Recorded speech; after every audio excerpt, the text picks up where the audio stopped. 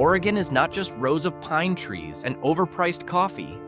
Step slightly away from the main tourist routes, and you will find towns whose identities are built on pure strangeness. There is a place that celebrates dogs, a town whose name was bought by an internet company, and even a community proud of being labeled boring. These are not manufactured gimmicks created to lure tourists, but real histories that are often absurd, funny, and sometimes completely illogical. So forget the majestic mountain views for a moment.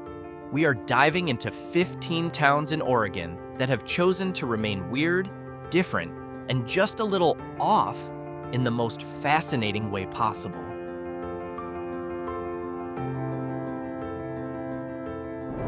If you expect circus attractions or towering monuments here, you will be disappointed. Welcome to boring Oregon. True to its name, the town does not offer much, and the locals are proud of it. Interestingly, the name does not describe the town's personality.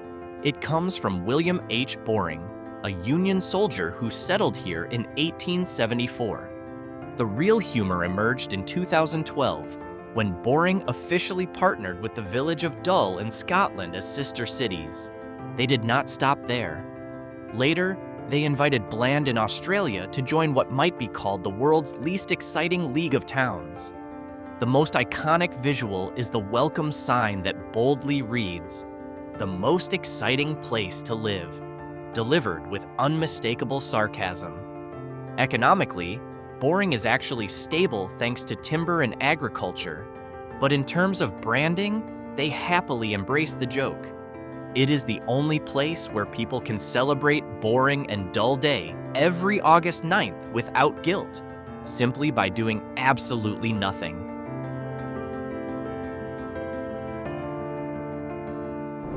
Moving from intentionally boring to historically bizarre, we arrive at Antelope.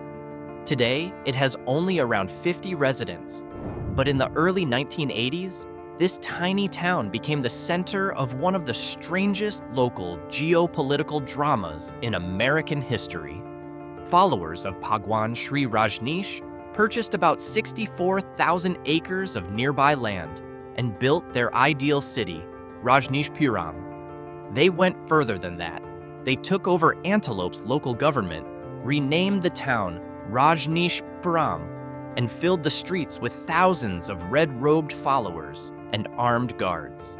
Tensions escalated dramatically when members of the group carried out the first recorded bioterror attack in the United States, contaminating salad bars in a neighboring town with salmonella in an attempt to influence a local election. Today, when you visit Antelope, there is a noticeable emptiness in the air. Some remnants of buildings and once grand structures can still be seen, but the town has largely returned to being a quiet, almost ghost-like place once again.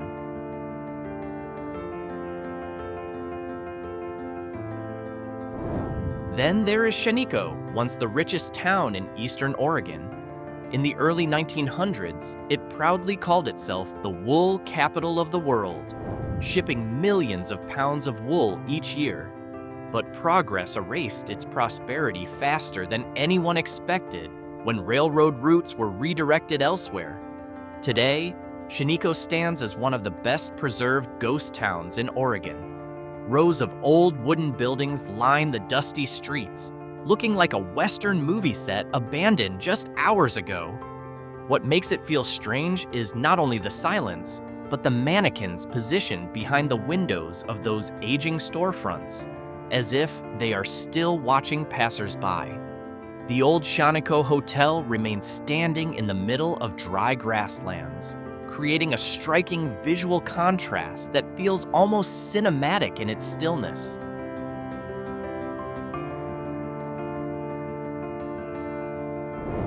From dry plains, imagine solving a very unusual urban problem. How do you connect two parts of a city separated by a 130-foot basalt cliff? In Oregon City, the answer was to build a vertical municipal elevator. Yes, this is the only outdoor elevator in the United States that functions as a form of public transportation.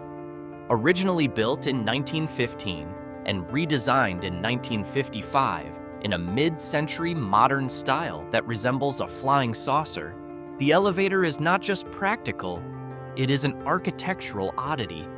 An operator greets you like a taxi driver, even though the journey goes only straight up. From the observation deck, you get a sweeping view of Willamette Falls. This technical quirk makes Oregon City truly unique. Where else can you find public transportation that does not move forward at all, but simply rises and descends to carry people home?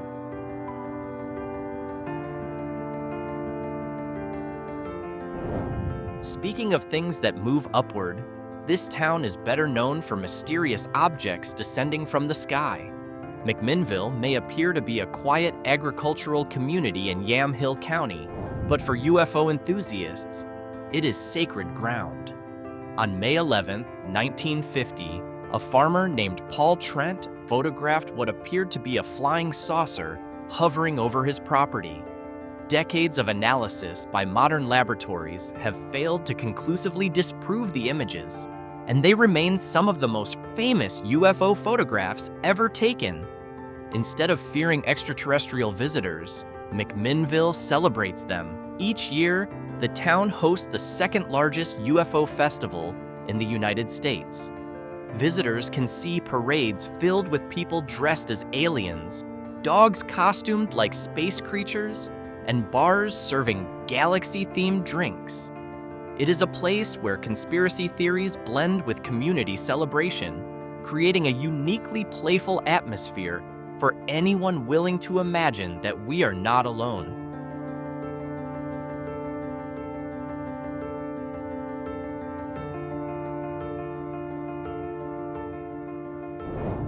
Next is Cascade Locks.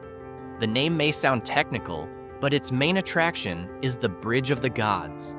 The name comes from a Native American legend about a massive natural land bridge that once blocked the Columbia River.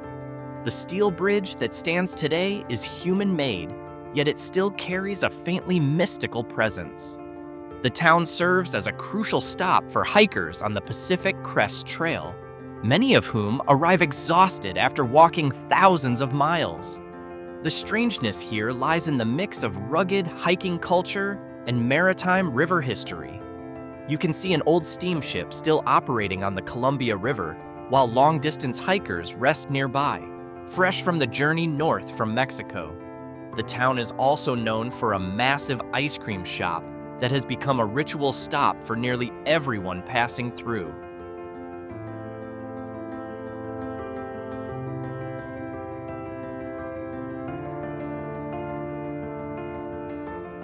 If Cascade Locks takes pride in its bridge, this next town once sold its very identity for a corporate check. In 1999, at the height of the internet boom, the small town of Halfway made a decision that many considered outrageous. The town agreed to officially rename itself Half.com for 1 year. In return, the website company paid 110,000 United States dollars, donated new computers to the local school, and provided scholarships for residents. It was a moment that captured the wild spirit of the dot-com era, equal parts practical and absurd.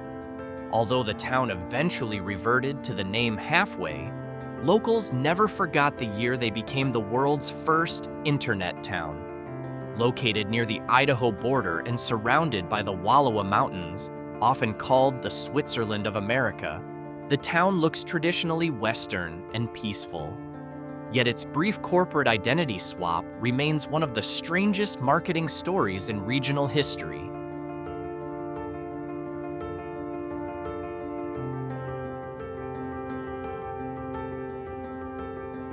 Selling a town's name is unusual, but what if a place was permanently branded by an insult? That is the story of Idiotville. Yes, the name is official, and it sounds exactly as ridiculous as it seems. It was once a remote logging camp along the Wilson River. The name reportedly came from the idea that only idiots would agree to work in such an isolated and difficult location. Even a nearby stream carries the name Idiot Creek. Today, there are no permanent residents, but the sign marking the location remains a popular photo stop. Very little is left beyond wooden remnants swallowed by forest growth, yet the identity of Idiotville survives in Oregon's historical records.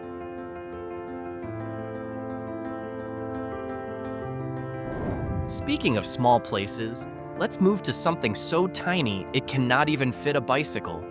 Technically located in Portland, Millens Park is often treated like a micro-town within the city. It holds the Guinness World Record as the smallest park in the world, measuring only 2 feet in diameter. Its origin is wonderfully strange. A journalist named Dick Fagan planted flowers in what was meant to be a lamppost hole and began writing newspaper columns about a colony of leprechauns living there. The community embraced the story with surprising dedication.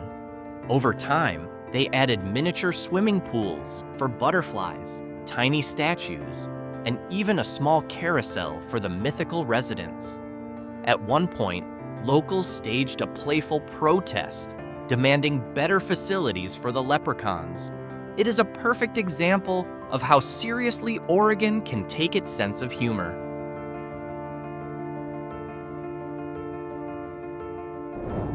In the town of Sisters, the strangeness is written directly into the building code. Modern architecture is essentially forbidden in the downtown area. Strict local regulations require every storefront to maintain an 1880s Western-style facade. The result is a town that looks exactly like an Old West movie set, except behind those wooden fronts are modern cafes, boutiques, and comfortable interiors. The unusual rule creates a remarkably consistent visual experience. The town itself is named after the 3 volcanic peaks rising behind it: Faith, Hope, and Charity. Yet most visitors focus on the carefully preserved frontier atmosphere. Tourism data suggests that this aesthetic policy has successfully strengthened the local economy, even though maintaining the historic look requires constant upkeep to prevent the buildings from appearing too modern.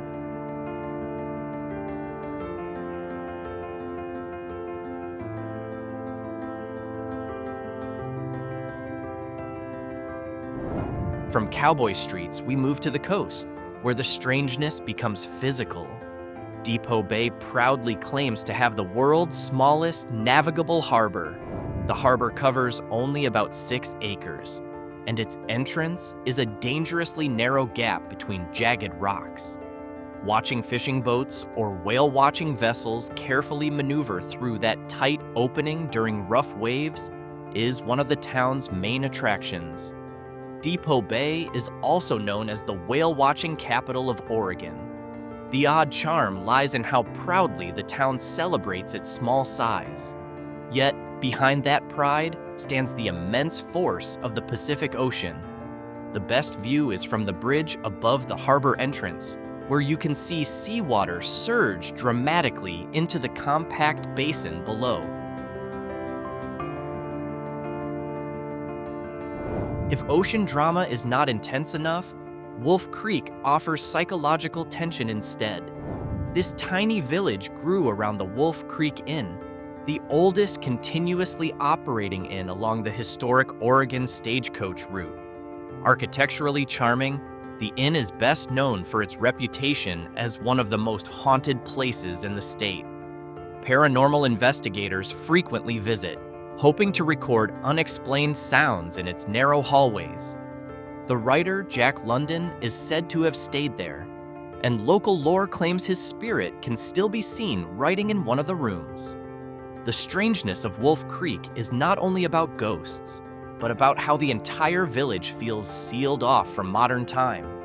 Misty, damp, and surrounded by dense forest that filters the sunlight, it carries the atmosphere of a forgotten era, lingering quietly in the shadows.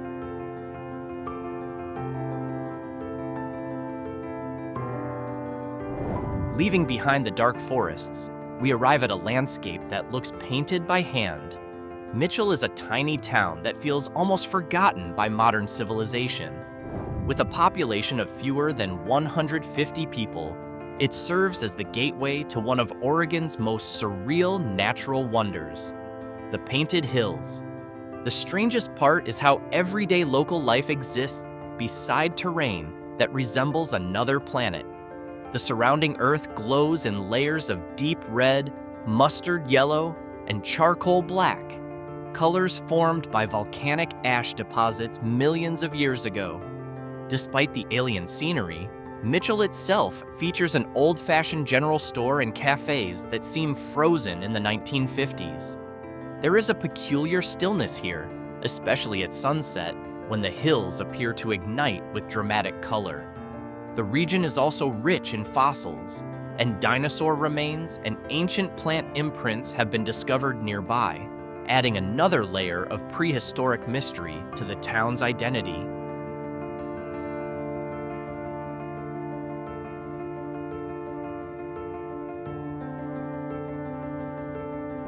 Devotion to ancient landforms is impressive, but in Silverton, loyalty is directed toward a dog.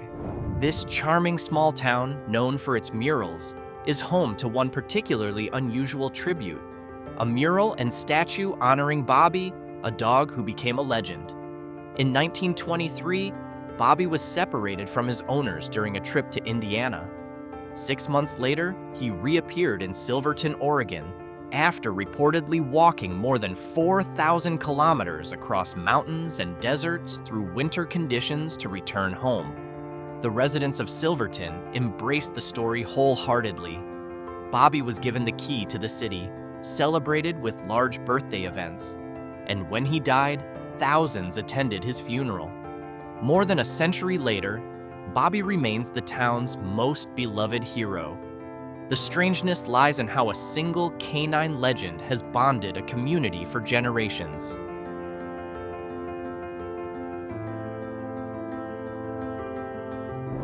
Finally, we head to the northwestern edge of the state and arrive in Astoria. It is the oldest American settlement west of the Rocky Mountains, but that is not what makes it unusual.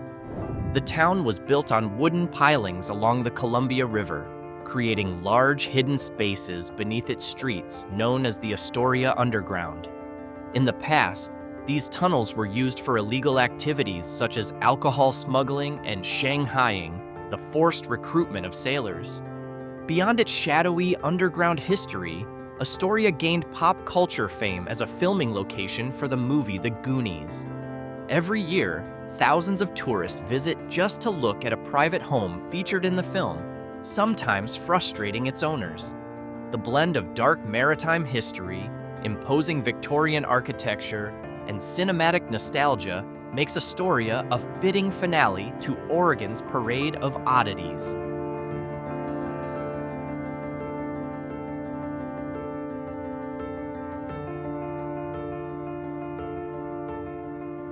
Exploring these 15 towns reveals that a place's identity is rarely defined by physical grandeur alone. Instead, it is shaped by the unusual stories that communities choose to preserve. From Halfway's decision to sell its name to a .com company to Silverton's devotion to a heroic dog, Oregon shows that being strange is not a flaw. It is a form of cultural resilience. In the end, these peculiarities transform the map from a collection of names into a living network of stories.